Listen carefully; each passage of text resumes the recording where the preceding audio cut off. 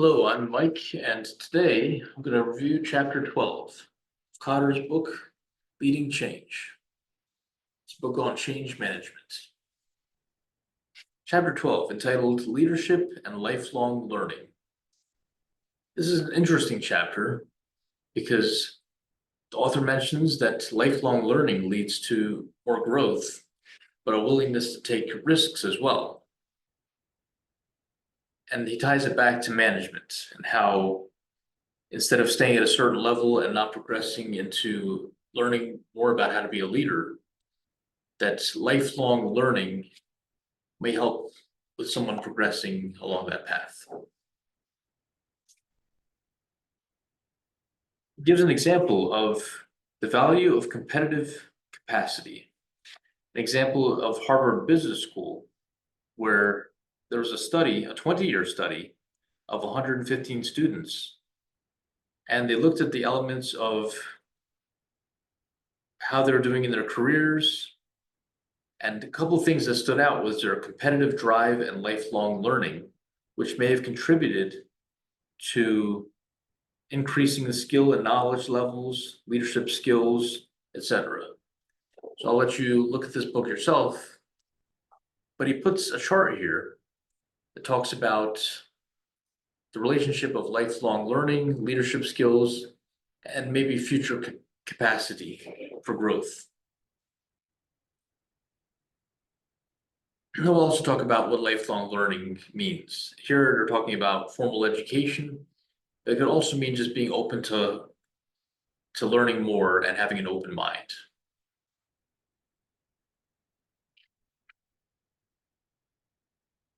Person may have this as a chart, or the schematic here shows that personally they may have inborn ability and may have some experiences where they led them to want to learn more. But then there's also that competitive drive, which is a key factor that they found in this study, for example, that showed that they were willing to move along that path. Then there's lifelong learning, and that's the other factor. And it says lifelong learning is willingness to seek new challenges and willingness to reflect honestly on successes and failures. So it's not this formal education type of thing. It's really looking for new stuff and also reflecting, accepting and reflecting on any changes that need to be made, any mistakes. And there's a couple more there, but I'll let you read that yourself. But those are the two main things here, are the competitive drive and lifelong learning factors.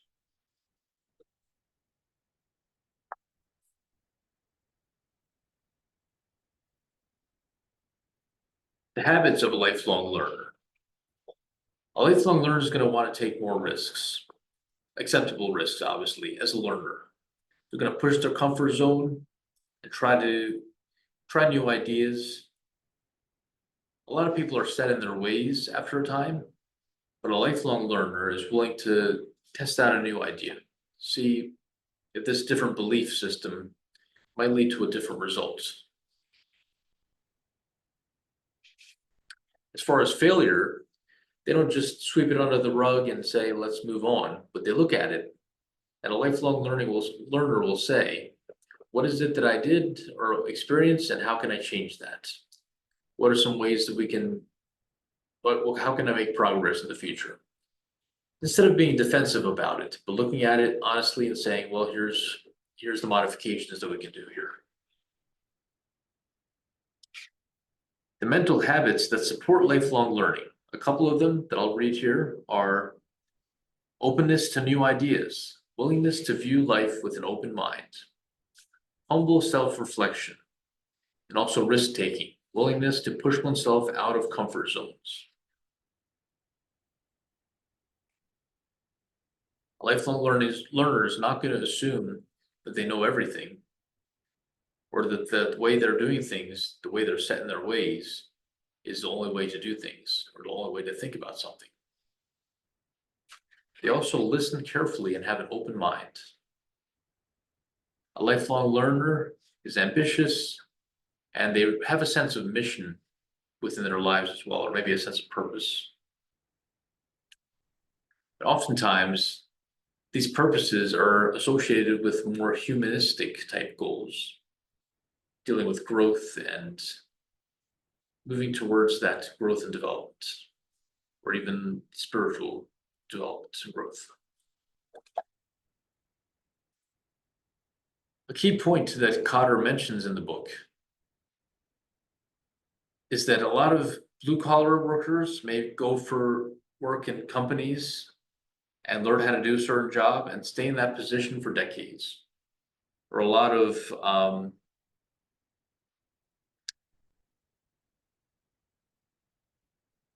white collar workers may move up narrow functional hierarchies in an organization, get to a certain point in management and just kind of be there. And like, that's how they know how to do things. However, neither of these pathways, whether just learning to do something or working your way up in a company into manager role and just doing the management job, neither of these pathways leads to lifelong learning, especially for leadership skills. That's why it's important to progress beyond a certain level. You do have to learn.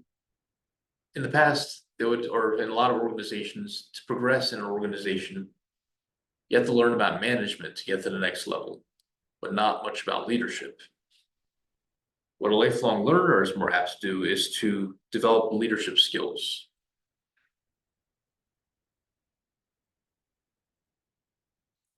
In the 21st century careers, they're going to be more dynamic if they're successful careers. It's not going to be as much linear movement up the hierarchy in our organization, and fewer people are doing the same kind of work, same kind of job for a long period of time because there's changes needed. For instance, a lot of technologies change, maybe the way we do things change. So just having a certain skill and just doing that is going to probably change. Finally, the author writes that a strategy of embracing the past will probably become increasingly ineffective, and it's better for most of us to learn how to cope with change and develop whatever leadership potential we have. So Kotter ends the book saying that we need to be lifelong learners and also develop that leadership potential within our organizations.